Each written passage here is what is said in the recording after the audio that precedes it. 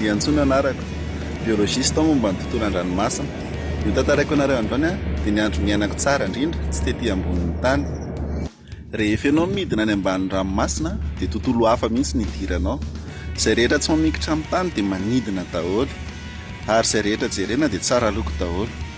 Tamin'ny andro fahatelo nandehanako dia nihetsika tokoa ny rano.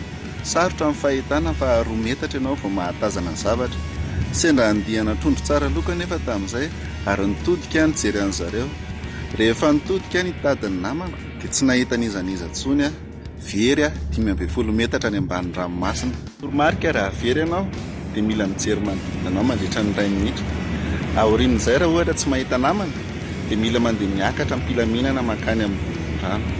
Miakatra tany ambonin'ny rano za dia faly nahita an'ireo namako rehetra izay efa sasamiandry sy nitady anahako.